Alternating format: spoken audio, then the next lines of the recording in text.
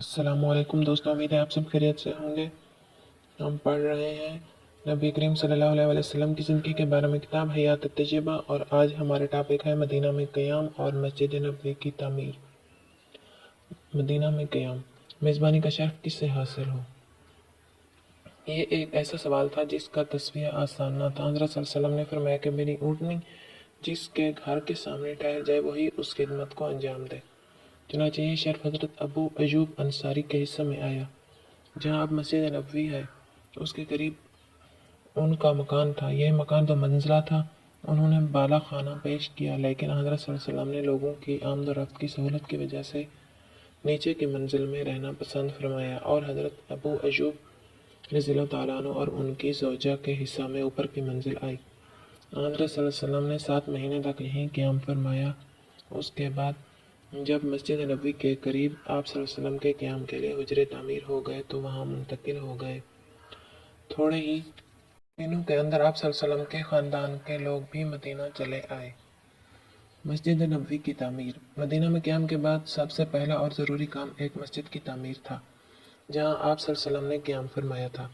उसके करीब ही कुछ ज़मीन अफ्तादा थी जो 2 यतीमों की थी। उनको कीमत देकर यह ज़मीन हासिल की गई और मस्जिद की तामीर शुरू हुई।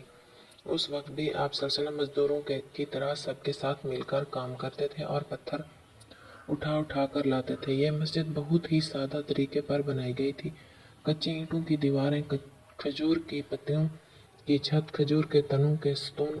उस मस्जिद का किबला बैतुल मुक़द्दस की तरफ रखा गया, क्योंकि अभी तक मुसलमानों का किबला भी वही था।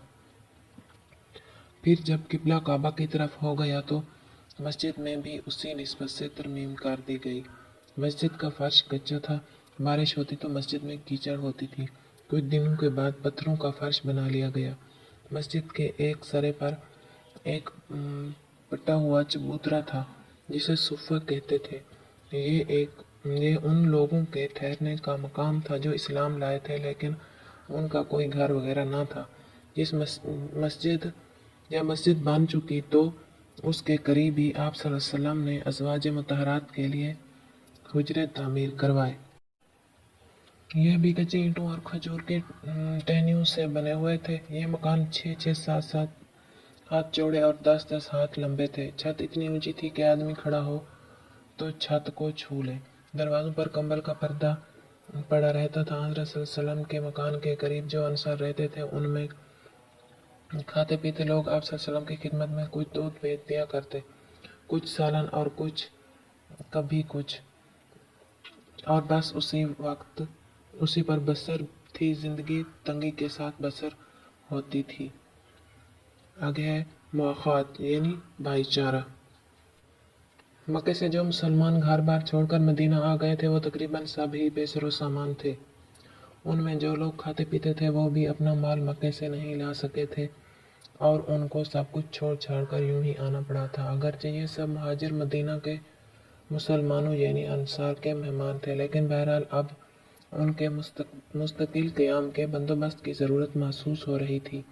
यूं भी लोग अपने हाथों से मेहनत करके ज़िंदगी बसर करना पसंद करते थे। चुनांचे जब मस्जिद नबवी की तामीर ख़त्म हो गई तो हज़रत सल्लल्लाहु अलैहि वसल्लम ने एक दिन अंसार को बुलाया और उनसे फरमाया कि ये मुहाजिर तुम्हारे भाई हैं। फिर आप सल्लल्लाहु अलैहि वसल्लम ने एक शख्स को अंसार में से और एक को मुहाजिरीन में से बुलाकर फरमाया कि आज से तुम दोनों एक दूसरे के भाई हो। इस तरह सब मुहाजिरीन को अंसार का भाई बना दिया और ये अल्लाह के मुखलिस बंदे सचमुच भाई ही क्या भाई से भी कहीं ज़्यादा एक दूसरे के रफ़ीक बन गए।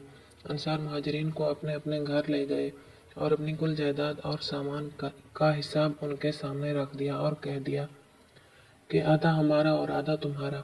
बागात की आमदनी, खेती की पैदावार, घर का सामान, मकान, जायदाद, गर्जे के हर चीज़ उनमें भाइयों की तरह तकसीम हो गई और ये बेघर मुहाजिर सब के सब इत्मीनान से हो गए। साथ ही बहुत से मुहाजिरों ने कारोबार भी शुरू कर दिया, दुकानें खोल लीं और दूसरे कामों में मशगूल हो गए। इस तरह मुहाजिरों के बसाने का काम अंजाम पाया और इस तरफ से इत्मीनान हासिल हुआ। आज की हमारी ये वीडियो यहाँ पर ख़त्म होती है। वीडियो पसंद आई तो लाइक कर दें, चैनल کو سبسکرائب نہیں کیا تو سبسکرائب کر دیں تاکہ تمام ویڈیوز آپ تک پہنچتی رہیں۔ ہم اپنی اگلی ویڈیو کے ساتھ پھر آپ کی خدمت میں حاضر ہوں گے، تب تک کے لیے اللہ حافظ۔